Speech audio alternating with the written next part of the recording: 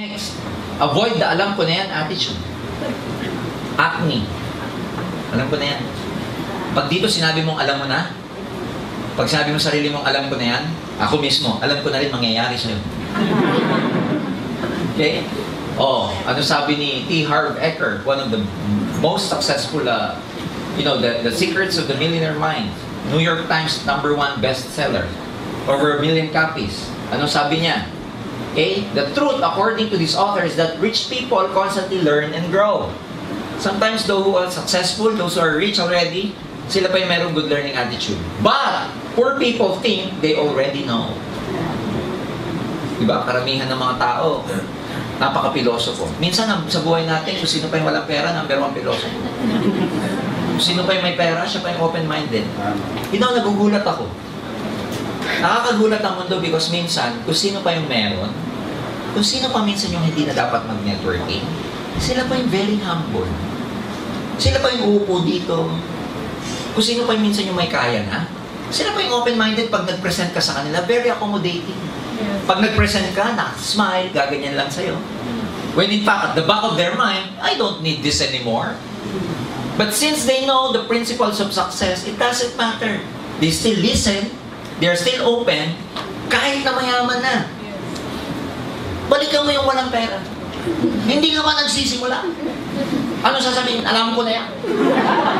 Hindi ba nagsisimula? Hindi ba bubukas yung bibig mo, ha? Kaya nakakagulat yung mga mayaman, lalong mayaman. Yung mahirap, lalo na wala ng pera. Kasi based sa attitude. Sa seminar, puntahan mo, hindi ko naman nilalahat.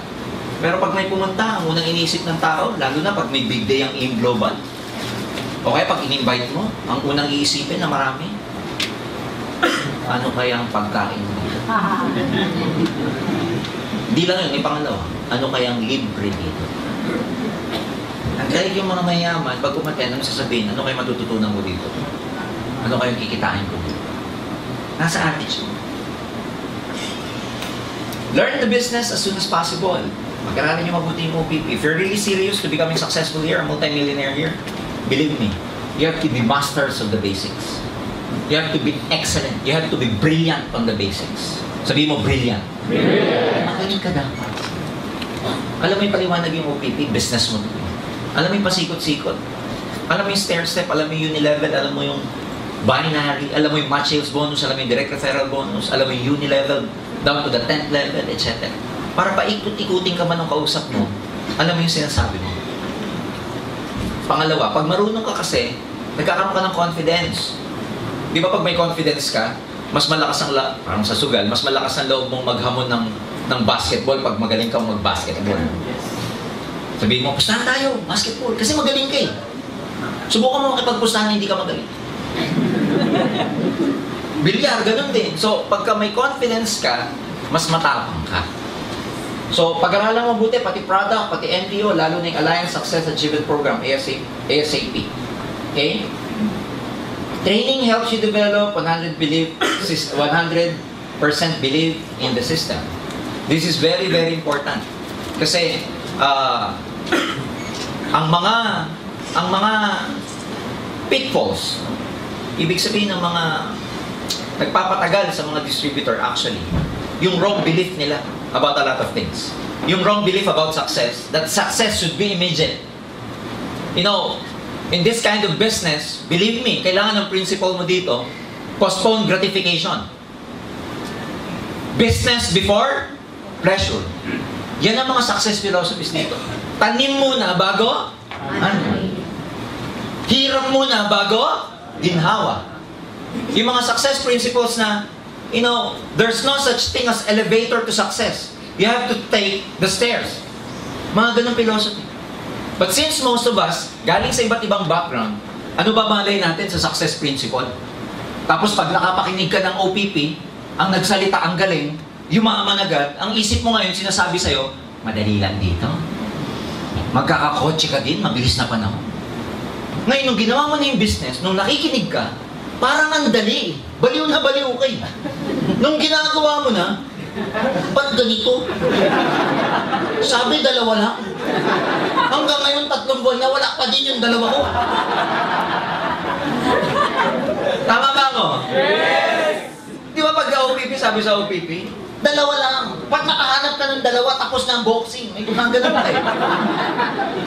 Sabi mo naman ngayon, first timer ka, ano, dalawa lang, dami ko kayo. Ang dali, ang dali. Lintik, bago pala lumabas yung dalawa, 1,000 kakausapin mo.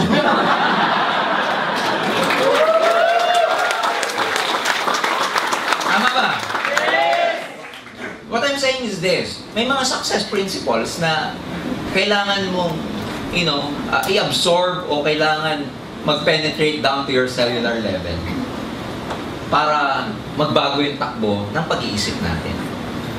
And you have to understand, in attaining your dreams, tanim muna eh. Ang dami mo ng pagdadaanan eh.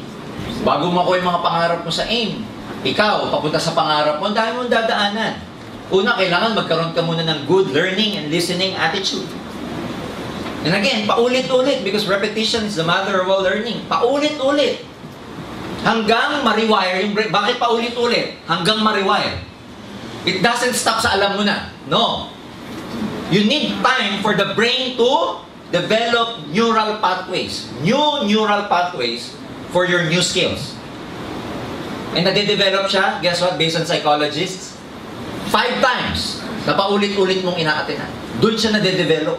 Doon nagkakaroon ng panibagong wiring para sa bagong kaalaman. Kaya pag one time ka lang umaten, tapos. Hindi mo makukuha 100%.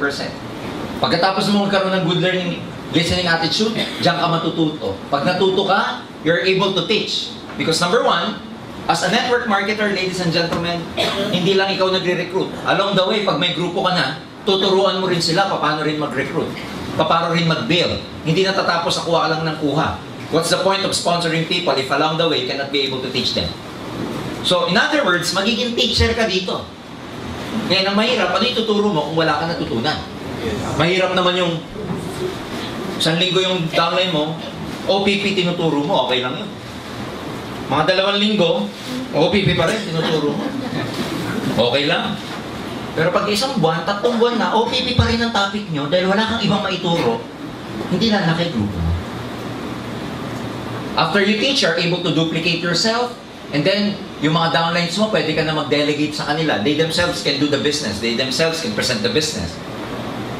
Tapos, mamumultiply ka na, which we call leverage. And then, anong tawag dyan? Pag dumami ng dumami, anong tawag?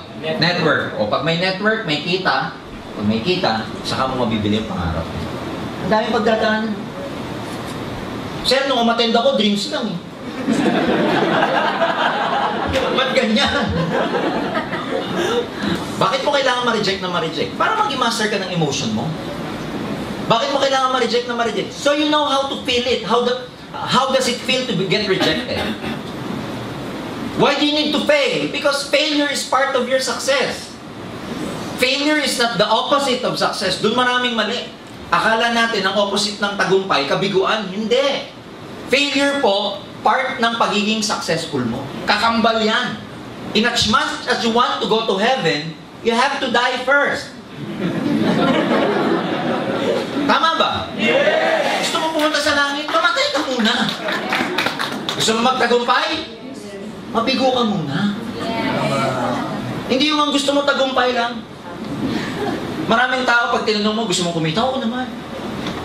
Gusto mo makuha yung pangarap mo? Oo naman. Gusto ko magkaroon ng Mustang. Gusto ko magkabahay sa Bali Verde. Gusto ko mag-travel. Gusto ko mag-milyonary. Pero itong imaga, pag-gising niya, magre-recruit na naman. A lot of people would like to make a lot of money. Sa network, sabi nga namin a lot of people, they love the money in networking, but they hate the work. Mauuna muna work eh. Mauuna muna, maraming di maniniwala. Bakit? Hindi ka pa magaling eh. Mali-mali pa sinasabi mo. Pagkausap ko, namumutla ka pa eh. Ano maniniwala yung kausap mo, namumutla ka? Kinakabahan ka sa kutla eh. Matuyo-tuyo yung lalamunan eh. Yung bago ka may kausapin, ang pait. Di ba nararamdaman mo na? Kaya karapat-dapat lang, hindi ka muna mag-succeed. Pero process yon na pagdadaanan mo. Hindi ka mo nakikita, madami magre-reject sa'yo. But there's nothing wrong about the business pag na-experience mo yan. Hindi sign yan. Are you getting me? Yes! Hindi hindi sign niya na, sign yan, sign. Kailangan mag-quit na ako. Hindi talaga para sa akin yan. You know, the most successful people in this business are those people who've experienced tremendous oppression along the way. Matindi pinagdaanan ng oppression. Pinagtawanan, di mo na kumita, naglakad pa uwi kasi ubus na ako ang masahe, pinalalayas na sa bahay ng nanay, nagugutom, alam mo, hindi na, lunok-laway muna, ang dinner. Pero lahat yung pinagdaanan, and guess what? Part ng success mo yun, because when you're in front already, dalawa lang yan, sabi nila. To motivate people, you tell them your failures. Yes. To inspire people, you tell them your success. So hindi ko kwento mo pagdating ng araw pag wala kang pinagdaanan. Kaya ngayon, isipin mo ang buhay mo sa networking, parang pelikula. Pag hindi ka pa kumikita, yan yung shooting. Mahirap. Pag kumikita ka na, yun yung lalabas ang pelikula mo. And tiyak yun dahil sa pinagharapan mo, blockbuster ang pelikula. What is network marketing? Why would you have to discuss this? Because a lot of people, you know, bigyan ko lang kayo ng idea ng evolution ng networking. 1996 ako nag-join eh.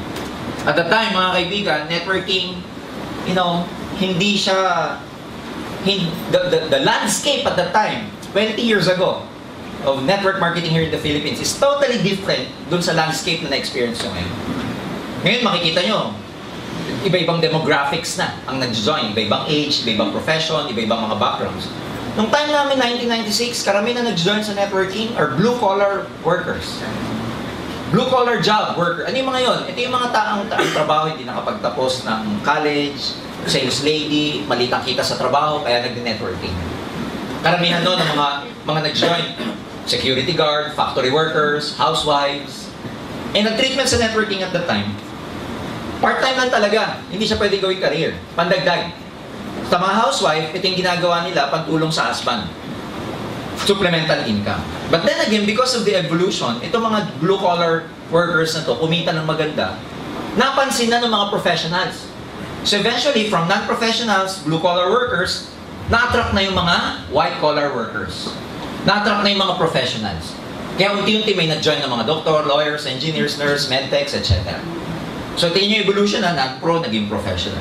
Eventually, nung naging successful itong mga professional, unti-unti na nakita ng mga traditional businessmen, business people. So magugulat kayo, mga networking, nag-join na rin, pati mga negosyante.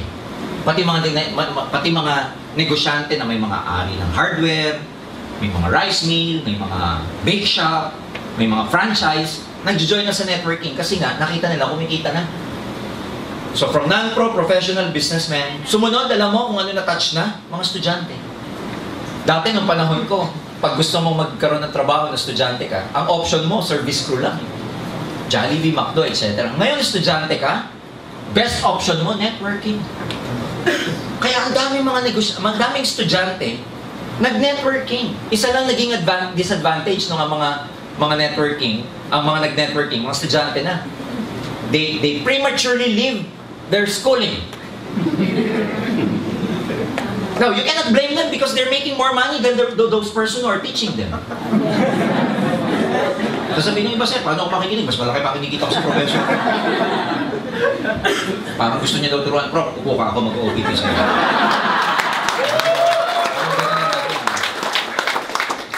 So, isipin mo, trabahante, negosyante, estudyante, pati mga bakante, unti-unti mga tambay, nagkaroon na ng pag-asa sa networking.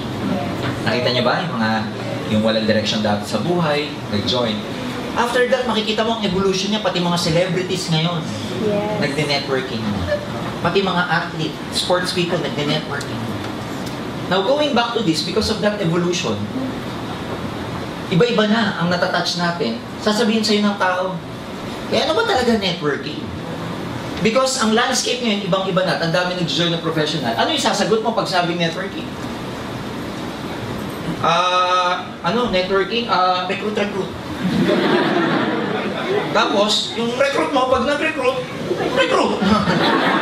Paano mag-join sa mga professionals? Pangalawa, sa dami ng networking sa buong Pilipinas, sa buong mundo, itong basic question na what is networking, hindi mo kayang sagutin sa prospect mo, hindi sasama sa yan. Sasama yan sa mga taong kaya nilang sagutin ano networking. Now, what is network marketing, ladies and gentlemen? It is a system of moving products from the factory down to the end consumer through an organization of users, retailers, and network builders. In other words, ano yan? Sistema siya. Okay? Sistema siya of moving products from the factory down to the end consumer or users through a network of users, retailers, and network builders. So just to illustrate to you, traditionally, ang traditional business works like this. From the factory, before we, the consumers, okay, mabili ang mga yan, may dinadaan ng distribution channels. Ano yung mga yon? Dadaan muna sa wholesalers, area agents, middlemen, retail stores, and then tayo consumer, dito bumibili sa retail stores. Such that, lahat ng dadaanan makes money along the way. May markup. Such that when a product, let's say, is produced at 100 pesos, pagdating yan sa consumer mo, hindi na 100 yan. 500 pataas na yan. Why? Kasi sa mga markup na dadaanan. Now, ang networking, they cut this traditional way of doing business. Instead of the network marketing company like AIM Global or Nature's Way, idadaan pa sa mga entity yan, iisa na lang ang dinadaanan. Ang tawag, distributor. Yung distributor na ngayon ang magpapasa sa consumers. Kaya yung kinikita ng mga to, sa isang entity na lang pupunta. Sa distributor na lang napupunta yung dapat kikitain. Kaya malaki ang kita sa networking. This also explains why ang networking walang advertising. Hindi na dadaan sa traditional na advertising. Why? Because the best advertising is the word of mouth. Number 2, this also explains wala sa Mercury Drug ang karamihang produkto ng networking. Kasi pag nilagay sa traditional yan, tutubo pa yung Mercury Drug. Tutubo pa yung wax. So dito na lang, binabagsak. Na ikaw, dalawang way mo para makarating sa consumer. Una, pwede ka mag-direct selling or pwede ka mag-build ng network mo. Because building your network means bigger product movement, therefore, bigger income for you. Yan ang network marketing. And this has been happening for the last 60 years. Ang networking po nagsimula 60 years ago. Okay, doon siya ka-credible. Okay? Ayan. Maraming mga tao, iisipin niya, sir, ang networking, pyramiding eh. Bakit maraming tao iniisip na pyramiding ang network marketing? Kasi yung structure nakikita nila, triangle. Ayun o, pyramid o, yung mga nasa taas lang kumikita. Well, by presentation purposes, ganito talaga kasi i-present ang networking eh. Na tipong, di ba? Pag nag-present ka, ikaw to, okay, re-recruit ka, dalawa, ito, magre-recruit din. Pag nakita ng prospect, pyramid yan! Pag tinanong mo, bakit ayun kayo nakikita yung mga ganyan, no? This is only for illustration purposes. Why? Kasi pwede mo namang i-present ng ganito eh. Oh, sasabihin nila, kaya pyramiding daw eh, nasa taas lang kumikita.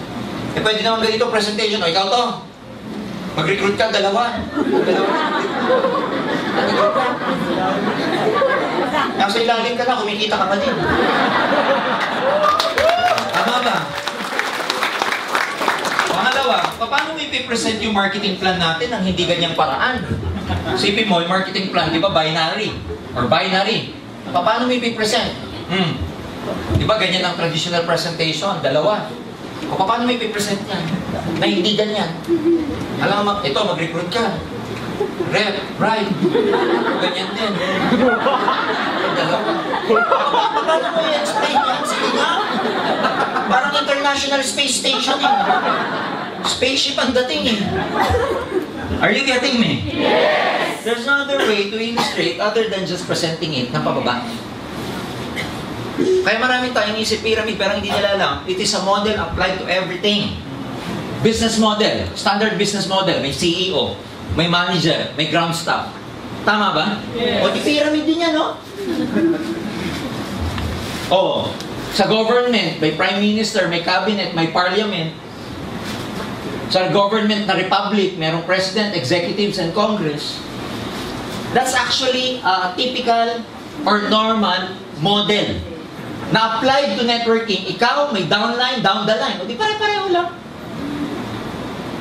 Are you getting me? Yes! Yan ang network marketing. And gone are the days sa panahon ngayon If you tell people, pag may mga tao nagsasabi sa inyo na pyramiding and networking, believe me, obsolete na yung idea nila. Because in the whole world, ang network marketing industry is worth $167 billion a year. It's so huge na mas malaki pa ang networking sa movie industry sa States. The movie industry in the States is worth $90 billion a year only. Networking, 167. Ang NFL, National Football, sa States, which is a very big, organization, 9 billion a year lang sila. Gaming, magkano lang ang gaming? 20 billion a year. Pero networking, 167. And a lot of people will still dispute pyramid. Can you imagine na pag-uulihan na sila sa development ng buong mundo, sila, pyramid.